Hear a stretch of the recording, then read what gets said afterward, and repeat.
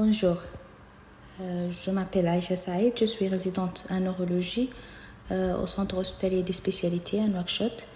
Je suis ravie de vous présenter le travail sur l'histoire de l'épilepsie préparé par le groupe 2 du master d'épileptologie. On va parler des généralités de l'histoire de l'épilepsie, de l'histoire de la classification de l'épilepsie et du syndrome épileptique, et puis de l'histoire de développement des traitements antiépileptiques. Donc, le mot épilepsie provient du grec ancien épilepsia, dérivé du verbe épilambana, signifiant saisir ou prendre par surprise. Plusieurs figures historiques telles qu'Alexandre le Grand, Jules César, Sainte Thérèse d'Avila, Gustave Flaubert, Fyodor Dostoïevski et Vincent van Gogh sont souvent mentionnés comme ayant été atteintes d'épilepsie. Chez les Romains, l'épilepsie était parfois appelée mal comiciale, car une crise survenant lors des comices ou assemblées publiques était considérée comme un mauvais présage, entraînant l'interruption de l'événement. Les premières recherches sur l'épilepsie remontent à plusieurs millénaires, entre 4500 et 1500 avant Jésus-Christ, en Inde. Dans les textes de la médecine indienne, elle est appelée apasmara, ce qui signifie perte de connaissance. Des séries de tablettes datant de plus de 2000 années avant Jésus-Christ, appartenant aux Babyloniens, traitaient déjà l'épilepsie de manière détaillée. Le document le plus détaillé est un chapitre d'un manuel de médecine composé d'environ 40 tablettes. Elle se trouve au British Museum. Ces tablettes offrent une description précise des différents types de crises reconnus actuellement. Les Babyloniens mettaient en particulier l'accent sur les caractères surnaturels de l'épilepsie, associant chaque type de crise au nom d'un esprit ou d'un dieu, le plus souvent malfaisant. Hippocrate, finalement, dans son traité de la maladie sacrée, a été l'un des premiers à proposer que l'épilepsie n'était pas d'origine divine, mais résultait d'un dérèglement cérébral. Il considérait que l'épilepsie avait une cause naturelle et que le cerveau en était responsable. Donc, Charles Poix est reconnu pour avoir affirmé que l'épilepsie a toujours sa cause dans le cerveau, marquant une avancée significative dans la compréhension de cette maladie. Thomas Wiley, dans son ouvrage Pathologie cérébri et neurologie generis specimen, publié en 1667, a proposé une nouvelle théorie sur la cause de l'épilepsie et d'autres maladies neurologiques. Tissot a publié en 1770 le traité de l'épilepsie, considéré comme l'un des premiers ouvrages modernes sur cette maladie. Il y aborde en détail les aspects cliniques des crises, y compris les absences, les modes de survenue des crises, les bases de traitement antiépileptique et le pronostic. Théodore Herpin a apporté aussi des contributions significatives à la compréhension et au traitement de l'épilepsie. En 1867, Herpin a fourni la première description clinique de l'épilepsie myoclonique juvénile. Il a aussi décrit la sémiologie des crises partielles motrices et il a suggéré qu'elles prenaient origine dans une région précise du cerveau. Dans son ouvrage du pronostic et du traitement curatif de l'épilepsie, publié en 1852, il a discuté des perspectives de guérison de l'épilepsie soulignant l'importance de traitements précoces. Bien que les travaux d'Herpin aient précédé les concepts modernes de pharmacorésistance, ses observations sur l'évolution des crises et les réponses au traitement ont jeté les bases des recherches ultérieures sur les facteurs contribuant à la résistance aux médicaments antiépileptiques. Henri Gastaut était un neurologue français considéré comme l'un des fondateurs de l'épileptologie moderne en France. Il a grandement contribué à l'étude et à la classification des épilepsies, notamment en décrivant les syndromes des syndromes tels que le syndrome de Lennox-Gastaut. En 1949, il a joué un rôle déterminant dans la création de la Ligue française contre l'épilepsie, visant à promouvoir la recherche et l'échange de connaissances sur les différentes formes d'épilepsie. À partir des années 1950, Gastaut a favorisé les échanges scientifiques internationaux sur les épilepsies, ce qui a contribué à une meilleure compréhension et prise en charge de cette maladie. Donc, Gastaut a joué un rôle déterminant dans le développement de la classification des crises épileptiques, ce qui a contribué à la proposition de 1969 de la Ligue internationale contre l'épilepsie. En 1981, la Commission de la classification et de la terminologie de l'ILA a proposé une classification révisée des crises épileptiques basée sur les observations cliniques et électroencéphalographiques. En 1989, la Commission de l'ILA a introduit une classification des épilepsies et des syndromes épileptiques. En 1993, l'ILA a publié des standards pour les études épidémiologiques sur l'épilepsie, ce qui vise à uniformiser les méthodologies de recherche. En 2001, Blum et al. Ont proposé un glossaire détaillé de la sémiologie des crises épileptiques, ce qui a standardisé la terminologie utilisée pour décrire les manifestations cliniques des crises. En 2005, Fischer et al. Ont proposé des définitions pour les crises épileptiques et l'épilepsie, ce qui a clarifié les concepts de la communauté médicale. En 2014, Fischer et al. Ont proposé une définition clinique pratique de l'épilepsie, ce qui a facilité le diagnostic et la prise en charge de l'épilepsie. Et finalement, en 2017, on a encore une classification en 2022. En 2017, la Ligue internationale contre l'épilepsie a mis à jour la classification des types des crises épileptiques, apportant des modifications significatives pour refléter les avancées dans la compréhension de l'épilepsie. Donc, cette classification vise à être plus accessible et précise. Le terme focal a remplacé partiel pour décrire les crises qui débutent dans une région spécifique du cerveau. Les termes simples et complexes ont été supprimés. Les crises focales sont désormais classées en fonction de la conscience.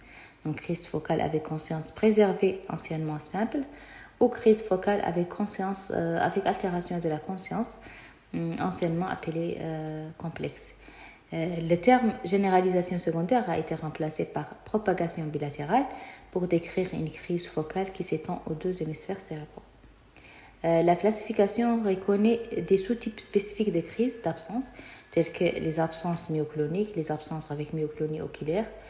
Le terme myoclono-astatique a été remplacé par myoclono-atonique pour une meilleure précision descriptive. Et les spasmes épileptiques ont été ajoutés en tant que catégorie distincte comme des crises à début inconnu.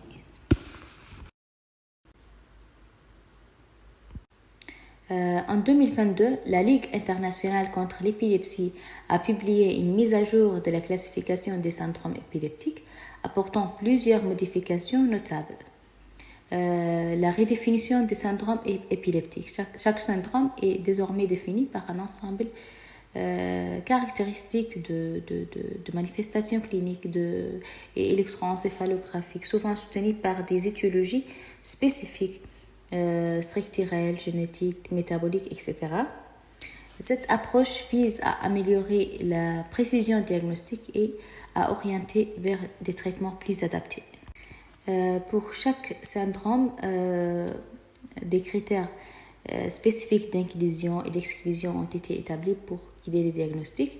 Des signes d'alarme ont également été identifiés, indiquant la nécessité de réévaluer le diagnostic initial. Si ces signes sont présents, par exemple Dans le syndrome de Lennox-Gastaut, les critères d'inclusion incluent un début avant l'âge de 8 ans, des crises généralisées, toniques, atoniques, absence atypique et une lenteur généralisée à l'EEG. Un signe d'alarme pourrait être l'apparition des crises focales avec altération de la conscience, suggérant une autre forme d'épilepsie, ou l'épilepsie absente de l'enfant, qui inclut des absences généralisées, souvent déclenchées par l'hyperventilation, un EEG typique montrant des pointes ondes généralisées à 3 Hz. Un signe d'alarme serait l'apparition des myoclonies qui nécessiterait de réviser le diagnostic vers un syndrome myoclonique.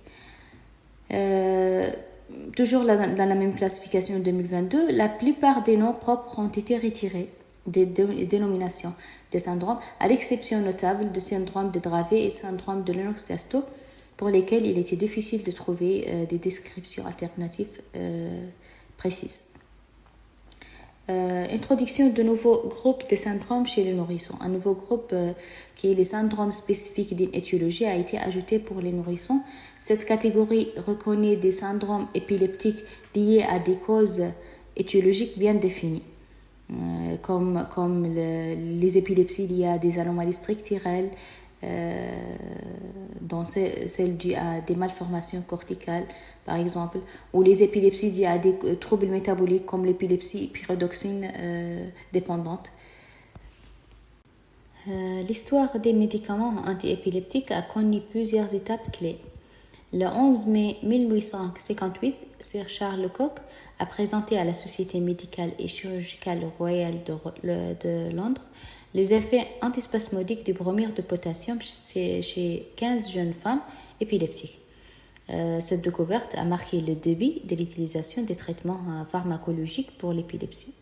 En 1912, Alfred Hopman a identifié les effets anticonvulsivants du phénobarbital.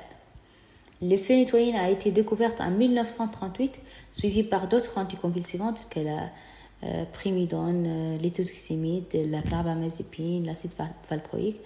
Les benzodiazépines étaient aussi découvertes dans cette période. Récemment, la pharmacologie antiépileptique s'est enrichie avec l'arrivée des traitements de 3e et 4e génération, notamment le vigabatrin, la gabapentine, le felbamate, la lamotrigine, tigabine, topiramate, etc. Donc, ce tableau illustre l'évolution des médicaments antiépileptiques classés par génération. La première génération, c'est les médicaments introduits au début du XXe siècle, comme le phénobarbital, le phénytoïne qu'on vient de voir. Donc, ce sont des médicaments qui sont efficaces, mais souvent associés à des effets secondaires significatifs, notamment de la sédation et des interactions médicamenteuses importantes. La deuxième génération, qui sont développées à partir des années 1960, comme la carbamazépine, l'étoxycimide, la valproate et les benzodiazépines. Cette génération a élargi les options thérapeutiques avec une meilleure tolérance que les médicaments de la première génération. Cette période aussi a été marquée par l'introduction des médicaments ciblant des types spécifiques de crise, comme l'étoxycimide, donc pour les absences. La troisième génération, ils sont apparus dans les années 1990. Donc, des molécules comme les vigabatrin, les gabapentine, la motrigine, et ce sont des médicaments qui sont adaptés à des formes résistantes de l'épilepsie. La quatrième génération, ce sont les médicaments modernes qui sont développés après les années 2000, tels que le lévétiracétam, la prégabaline, le zonisamide. Il y a aussi les molécules innovantes comme le tigabine et le valrocimide qui ont moins d'effets secondaires et meilleure option pour les épilepsies résistantes. Cette image illustre l'évolution chronologique des médicaments antiépileptiques depuis les années 1850 jusqu'au début des années 2000. La période initiale marquée par la découverte des premiers agents antiépileptiques, la bromure de potassium, le phénobarbital, etc. Donc, après les années 1950, il y a eu une diversification importante des molécules comme la primidone, les carbamazépines, les benzodiazépines, etc. Et puis, il y avait une accélération des découvertes entre les années 1980 à 2000. Cette période marque l'arrivée de la troisième génération des médicaments, les vigabatrin, gabapentine, la motrigine, etc. Et puis, il y avait les médicaments modernes après 2000 qu'on vient de voir.